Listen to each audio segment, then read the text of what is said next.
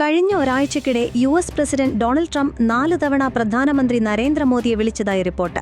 4 തവണയും കോളുകൾ നിരസിച്ച മോദി ട്രംപിനോട് സംസാരിക്കാൻ വിസമ്മതിച്ചു. ജർമ്മൻ പത്രമായ ഫ്രാങ്ക്ഫർട്ടർ ആൾജമൈനാണ് ഇക്കാര്യം റിപ്പോർട്ട് ചെയ്തത്. വ്യാപാര തർക്കം രൂക്ഷമായിരിക്കെയാണ് ട്രംപിന്റെ കോളുകൾ മോദി നിരസിച്ചതെന്ന് ദേശീയ മാധ്യമങ്ങളും റിപ്പോർട്ട് ചെയ്തു. റഷ്യയിൽ നിന്ന് കുറഞ്ഞ വിലയ്ക്ക് എണ്ണ വാങ്ങുന്നുവെന്നാരോപിച്ച് ഇന്ത്യയ്ക്ക് മേൽ 50% താരിഫ് ചുമത്തിയ ഘട്ടത്തിലാണ് ട്രംപ് മോദി സൗഹൃദം ഉലയുന്നതായി വിവരങ്ങളും പുറത്തുവരുന്നത്.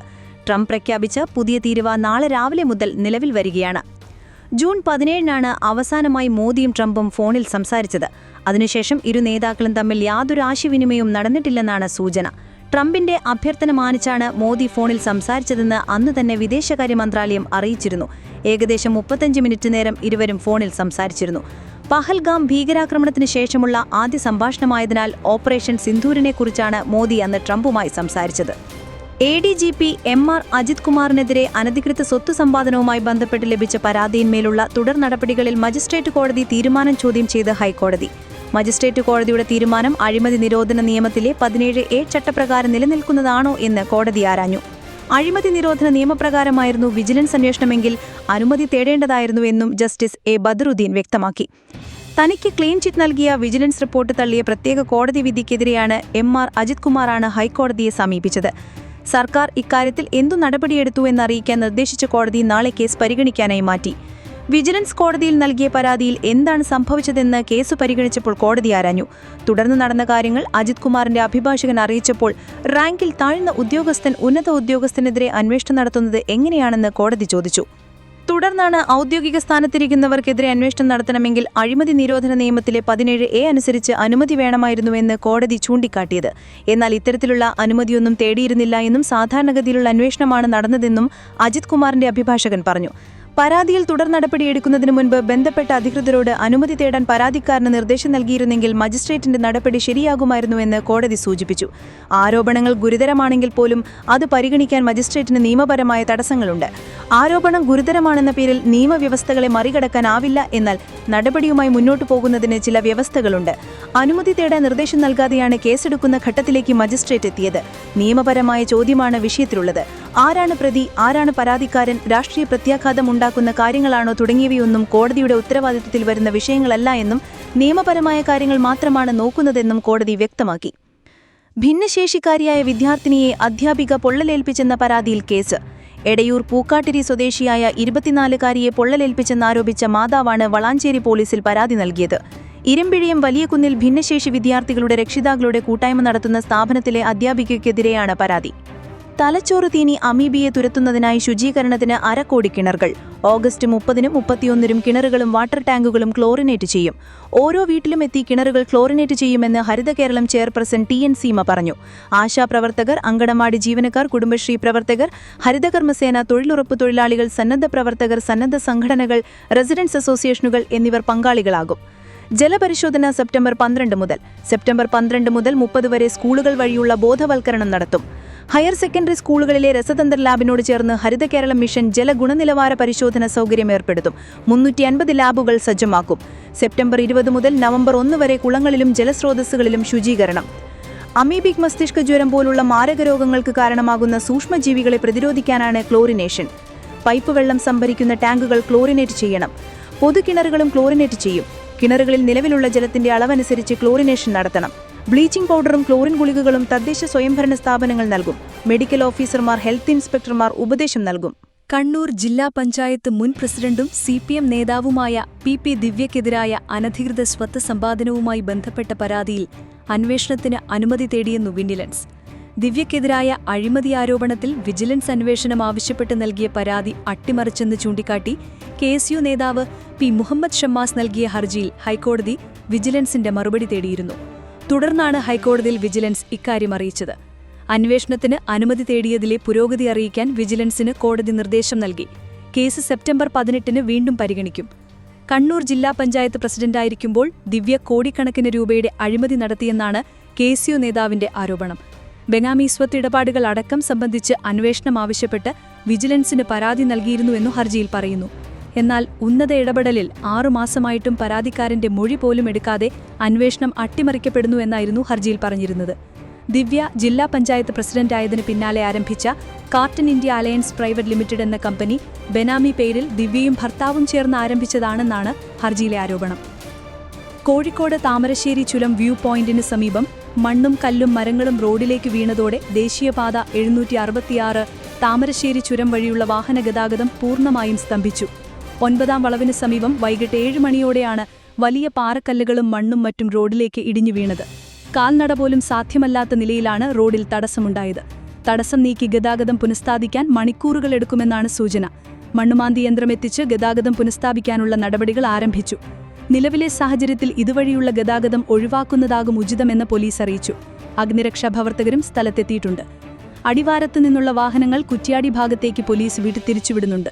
വൈത്തിരി ഭാഗത്തു നിന്നും വാഹനങ്ങൾ വഴിതിരിച്ചുവിടുന്നുണ്ട്. കുറ്റ്യാടി വഴി അല്ലെങ്കിൽ നിലമ്പൂർ നാടുകാണി ചുരം വഴി യാത്ര ക്രമീകരിക്കണമെന്നായ പോലീസ് അറിയിപ്പ്.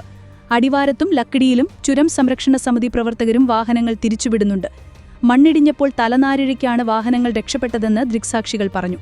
ചുരത്തിൽ 7ാം വളവിനും 8ാം വളവിനുമിടയിൽ വൈകിട്ട് ലോറിക്കേടായി കുടുങ്ങി ഗതാഗത തടസ്സമുണ്ടായിരുന്നു. രാവിലെ ചുരം റോഡിൽ ഒരു ലോറി ഓവുചാലിലേക്ക് മറിഞ്ഞിരുന്നു. റോഡിന്റെ ഒരു വശത്തേക്കാണ് ലോറി മറിഞ്ഞത്. ഇതിനാൽ ഗതാഗതത്തെ ബാധിച്ചിരുന്നില്ല.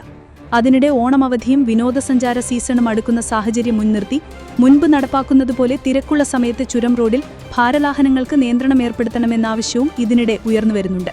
ചുരം റോഡിൽ പോലീസ് വനംവകുപ്പ് ഉദ്യോഗസ്ഥരുടെ സാന്നിധ്യം ഉറപ്പാക്കണമെന്നും ആവശ്യമുയർന്നിട്ടുണ്ട്.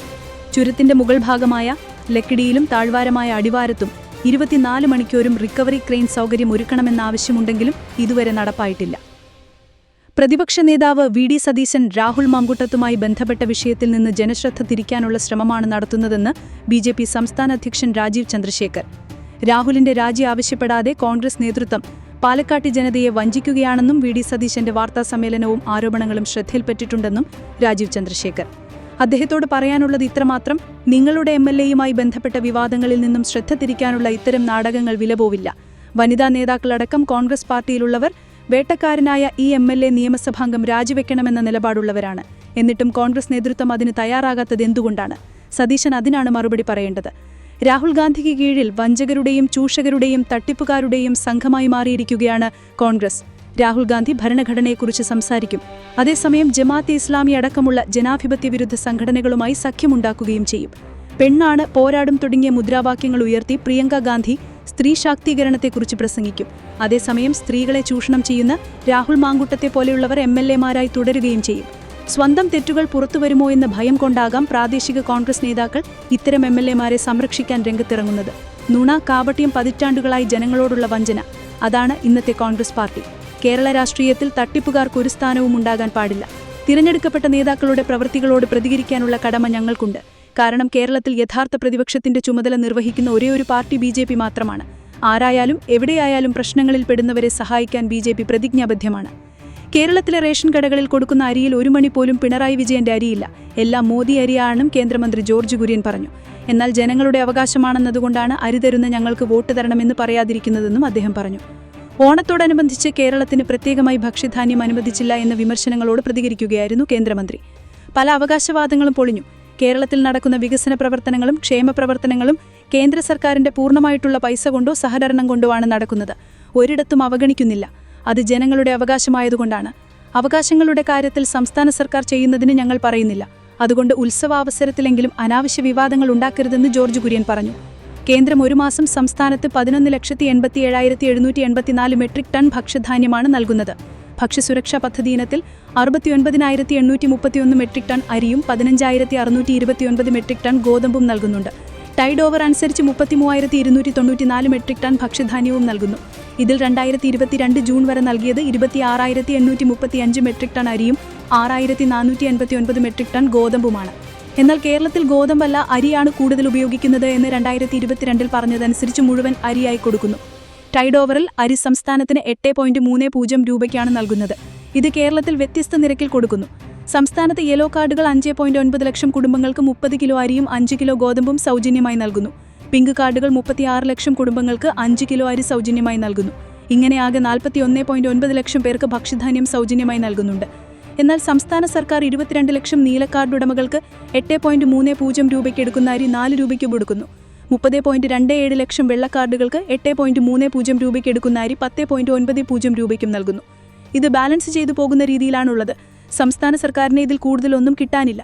2017 മുതൽ ഓണം പോലുള്ള അവസരങ്ങളിൽ 6 മാസത്തേക്ക് അരി മുൻകൂട്ടി കൊടുക്കുന്നുണ്ട്. 22.50 രൂപയ്ക്കെടുത്ത് സംസ്ഥാന സർക്കാരിന് സബ്സിഡി നിരക്കിൽ കൊടുക്കാൻ പറ്റും.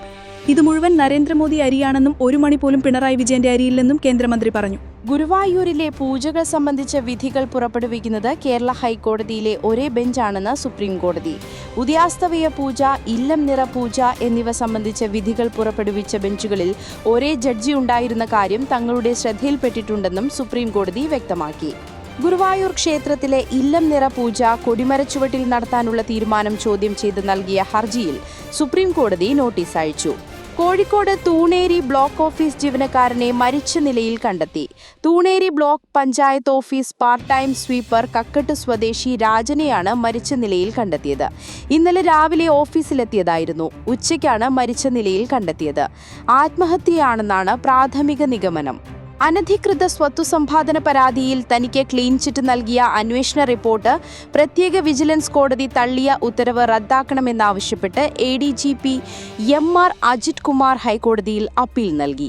വിജിലൻസ് റിപ്പോർട്ട് പരിശോധിക്കാതെയാണ് വിജിലൻസ് കോടതി ക്ലീൻ ചിറ്റ് തള്ളിയതെന്നും റിപ്പോർട്ടിലെ വസ്തുതകൾ പരിശോധിക്കാതെയാണ് കോടതി ഇത്തരത്തിലൊരു നടപടി സ്വീകരിച്ചിരിക്കുന്നതെന്നും അജിത് കുമാർ നൽകിയ ഹർജിയിൽ പറയുന്നു. ഏലത്തൂർ സ്വദേശിയായ യുവാവിനെ കാണാതായ സംഭവത്തിൽ വഴിത്തിരിവ്. കാണാതായ ഏലത്തൂർ സ്വദേശി വിജിൽ മരിച്ചതായി സുഹൃത്തുക്കൾ മൊഴി നൽകി. കേസുമായി ബന്ധപ്പെട്ട് സുഹൃത്തുക്കളായ 2 പേരെ പോലീസ് കസ്റ്റഡിയിലെടുത്തു. സംഭവത്തിൽ ഒരാൾ കൂടി പിടിയിലാകാനുണ്ടെന്ന് പോലീസ് അറിയിച്ചു. അമിതമായ ലഹരി ഉപയോഗിച്ച യുവാവ് മരിച്ചുവെന്നും പിന്നാലെ തങ്ങൾ അയാളുടെ മൃതദേഹം ചതുപ്പിൽ താഴ്ത്തിയെന്നും സുഹൃത്തുക്കൾ പോലീസിനോട് വെളിപ്പെടുത്തി. 2019 യുവാവിനെ കാണാതായത്. ഗുരുവായൂർ ക്ഷേത്രകുളത്തിൽ പുണ്യാഹം നടത്താൻ ഒരുങ്ങുകയാണ് ദേവസ്വം. റീൽസ് ചിത്രീകരിക്കാനായി അഹിന്ദുവായ യുവതി ക്ഷേത്രകുളത്തിൽ കാൽ കഴുകിയ സംഭവത്തെ തുടർന്നാണ് പുണ്യാഹം നടത്തുന്നതെന്നും ക്ഷേത്രത്തിൽ 6 ദിവസത്തെ പൂജകളും ശീവേലിയും ആവർത്തിക്കുമെന്നും ദേവസ്വം ഭാരവാഹികൾ അറിയിച്ചു. സോഷ്യൽ മീഡിയ ഇൻഫ്ലുവൻസറും ബിഗ് ബോസ് താരവുമായ ജാസ്മിൻ ജാഫറാണ് റീൽസ് ചിത്രീകരണത്തിനായി ഗുരുവായൂർ ക്ഷേത്രകുളത്തിലിറങ്ങിയത്. പ്രധാനമന്ത്രി നരേന്ദ്രമോദിയുടെ വികൃത സംബന്ധിച്ച വിവരങ്ങൾ പുറത്തുവിടേണ്ടെന്ന് ദില്ലി ഹൈക്കോടതി. സർട്ടിഫിക്കറ്റുകൾ പരിശോധിക്കണം എന്ന വിവരാവകാശ കമ്മീഷൻ ഉത്തരവ് റദ്ദാക്കിയിരിക്കുകയാണ് കോടതി. ഫെബ്രുവരിയിൽ മോദിയുടെ വികൃതവുമായി ബന്ധപ്പെട്ട വാദങ്ങൾ പൂർത്തിയായിരുന്നു. പിന്നീട് കേസ് വിധി പറയാൻ മാറ്റുകയും ചെയ്തിരുന്നു. മുൻ കേന്ദ്രമന്ത്രി സ്മൃതി ഇറാനി 10-12 ക്ലാസ് പരീക്ഷകൾ പാസ്സായതിനെക്കുറിച്ചുള്ള വിവരങ്ങൾ പുറത്തുവിടണമെന്ന CIC ഉത്തരവും ദില്ലി ഹൈക്കോടതി റദ്ദാക്കി. മോദിയുടെ കേസിൽ വിധി പറഞ്ഞ അതേ ജഡ്ജിയാണ് ഈ ഉത്തരവും റദ്ദാക്കിയത്. സ്മൃതി ഇറാനി 10-12 ക്ലാസ് പരീക്ഷകൾ പാസ്സായ വിവരങ്ങൾ പുറത്തുവിടണമെന്നായിരുന്നു CIC ഉത്തരവ്. ഇതിനെ മറികടന്നാണ് ഹൈക്കോടതി വിധി. പ്രധാനമന്ത്രി നരേന്ദ്രമോദിയുടെയും മുൻ കേന്ദ്രമന്ത്രി സ്മൃതി ഇറാനിയുടെയും വിദ്യാഭ്യാസ വിവരങ്ങൾ വെളിപ്പെടുത്തുന്നതിൽ പൊതുതാൽപര്യമില്ലെന്ന് ഡൽഹി ഹൈക്കോടതി. വ്യക്തിഗത വിവരങ്ങളാണെന്നും ആ വ്യക്തി പൊതുപദവി വഹിക്കുന്നയാളാണെങ്കിൽ പോലും അതങ്ങനെ തന്നെയാണെന്നും വിവരാവകാശ നിയമപ്രകാരം ഇക്കാര്യങ്ങൾ വെളിപ്പെടുത്തേണ്ടതില്ലെന്നും ഡൽഹി ഹൈക്കോടതി ജഡ്ജി ജസ്റ്റിസ് സച്ചിൻ ദത്ത പറഞ്ഞു.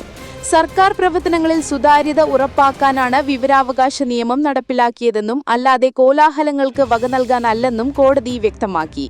3 തെരഞ്ഞെടുപ്പുകളിൽ തുടർച്ചയായി പരാജയപ്പെട്ടതോടെ കോൺഗ്രസ് MPയും ലോക്സഭാ പ്രതിപക്ഷ നേതാവുമായ രാഹുൽ ഗാന്ധിയുടെ ധാർമ്മിക നിലപാടിൽ മാറ്റം വന്നിട്ടുണ്ടോ എന്ന് കേന്ദ്ര ആഭ്യന്തരമന്ത്രി അമിത് ഷാ ചോദിച്ചു. 2013 RJD നേതാവ് ലാലു പ്രസാദ് യാദവിന് പ്രയോജനകരമാകുന്ന വിധത്തിൽ അന്നത്തെ പ്രധാനമന്ത്രി മൻമോഹൻ സിംഗ് കൊണ്ടുവന്ന ഓർഡിനൻസ് വലിച്ചുകീറിയ രാഹുൽ പുതിയ ബില്ലിനെ എന്തിനാണ് എതിർക്കുന്നതെന്നും ഷാ ചോദിച്ചു. ഭരണഘടനാ പദവികളിൽ ഇരിക്കുന്ന ആർക്കെങ്കിലും ജയിലിൽ നിന്ന് ഭരണം നടത്താൻ അനുവാദം നൽകുന്നത് ന്യായമാണെന്നും അദ്ദേഹം കൂട്ടിച്ചേർത്തു. പ്രശസ്ത കന്നഡ നടൻ ദിനേശ് മംഗളൂരു 63 അന്തരിച്ചു. ദീർഘനാളത്തെ അസുഖത്തെ തുടർന്ന് തിങ്കളാഴ്ച രാവിലെ കുന്താപുരത്തെ ഒരു ആശുപത്രിയിലായിരുന്നു അന്ത്യം. ഓപ്പറേഷൻ സിന്ദൂരിന്റെ ഭാഗമായി ഇന്ത്യൻ സൈനികർ ഭീകരരെ വധിച്ചത് അവരുടെ മതമേതെന്ന് നോക്കിയല്ല, മറിച്ച് അവരുടെ ചെയ്തികൾ കണക്കിലെടുത്താണെന്ന് പ്രതിരോധ മന്ത്രി രാജ്നാഥ് സിംഗ്. പഹൽഗാമിൽ നടന്ന ഭീകരാക്രമണത്തിൽ മതമേതെന്ന് ചോദിച്ചതിനു ശേഷമാണ് ഭീകരർ നിരപരാധികളായ 26 പേരെ കൊന്നൊടുക്കിയതെന്ന് സൂചിപ്പിച്ചായിരുന്നു പ്രതിരോധ മന്ത്രിയുടെ പ്രസ്താവന എന്ന് PTI റിപ്പോർട്ട് ചെയ്തു. തെക്കൻ ഗാസയിൽ ഇസ്രയേൽ തിങ്കളാഴ്ച നടത്തിയ ആക്രമണത്തിൽ കൊല്ലപ്പെട്ടവരിൽ 4 മാധ്യമപ്രവർത്തകരും ഉൾപ്പെടുന്നുണ്ടെന്ന് റിപ്പോർട്ട്. അസോസിയേറ്റഡ് പ്രസിന് വേണ്ടി ജോലി ചെയ്തിരുന്ന ഒരു സ്വതന്ത്ര മാധ്യമപ്രവർത്തകയും കൊല്ലപ്പെട്ടവരിൽ ഉൾപ്പെടുന്നു. ഒരു ആശുപത്രിക്ക് നേരെയുണ്ടായ ആക്രമണത്തിൽ 8 പേരാണ് കൊല്ലപ്പെട്ടത്. തെക്കൻ ഗാസയിലെ ആശുപത്രിയിൽ ഇസ്രയേൽ നടത്തിയ ആക്രമണത്തിൽ അതൃപ്തി അറിയിച്ചു US പ്രസിഡന്റ് ഡൊണാൾഡ് ട്രംപ്. ആക്രമണത്തെക്കുറിച്ച് അറിഞ്ഞിരുന്നില്ലെന്നും തനിക്ക് അതിൽ സന്തോഷമില്ലെന്നും അത് കാണാൻ താൽപ്പര്യമില്ലെന്നും പറഞ്ഞ ട്രംപ് നമ്മൾ ആ പേടിസ്വപ്നം അവസാനിപ്പിക്കണമെന്ന് മാധ്യമപ്രവർത്തകരോട് പറഞ്ഞു. അദാനി ഗ്രൂപ്പിന് ഇന്ത്യൻ കമ്പനികൾ വായ്പ അനുവദിക്കുന്നത് വർദ്ധിച്ചതായി റിപ്പോർട്ട്. ഏതാണ്ട് 2.6 ലക്ഷം കോടി രൂപയാണ് ഗ്രൂപ്പിന്റെ മൊത്തം കടം. ഇതിൽ പകുതിയും ഇന്ത്യയിലെ പ്രാദേശിക ബാങ്കുകളുടെയും സാമ്പത്തിക സ്ഥാപനങ്ങളുടെയും വകയാണെന്നും റിപ്പോർട്ട്. ഒരു വർഷത്തിലെ വർധനവ് 40%. RBI പലിശ നിരക്ക് കുറച്ചതും ഇന്ത്യയിൽ നിന്ന് വായ്പ സ്വീകരിക്കുന്നത് എളുപ്പമായതും മെച്ചപ്പെട്ട ക്രെഡിറ്റ് റേറ്റിംഗുമാണ് വർധനയ്ക്ക് കാരണമെന്നും റിപ്പോർട്ട് തുടരുന്നു. കഴിഞ്ഞ ഒരു വർഷത്തിനിടെ അദാനി ഗ്രൂപ്പ് കമ്പനികളുടെ മൊത്തം കടം 20% വർദ്ധിച്ചത്. ഈ കാലയളവിൽ അദാനി ഗ്രൂപ്പിന് പൊതുമേഖലാ ബാങ്കുകൾ നൽകുന്ന വായ്പയും വർദ്ധിച്ചു. ആകെ വായ്പയുടെ 18% വായ്പയും നൽകുന്നത് പൊതുമേഖലാ ബാങ്കുകളാണ്. ബാങ്കിതര സാമ്പത്തിക സ്ഥാപനങ്ങളും മറ്റു സാമ്പത്തിക സ്ഥാപനങ്ങളും നൽകിയ വായ്പ ആകെ വായ്പയുടെ 25%. കഴിഞ്ഞ വർഷം ഇത് 29%. വിദേശ കമ്പനികളിൽ നിന്ന് ഡോളറിൽ വാങ്ങിയിരുന്ന വായ്പ 31% 23% കുറയുകയും ചെയ്തു.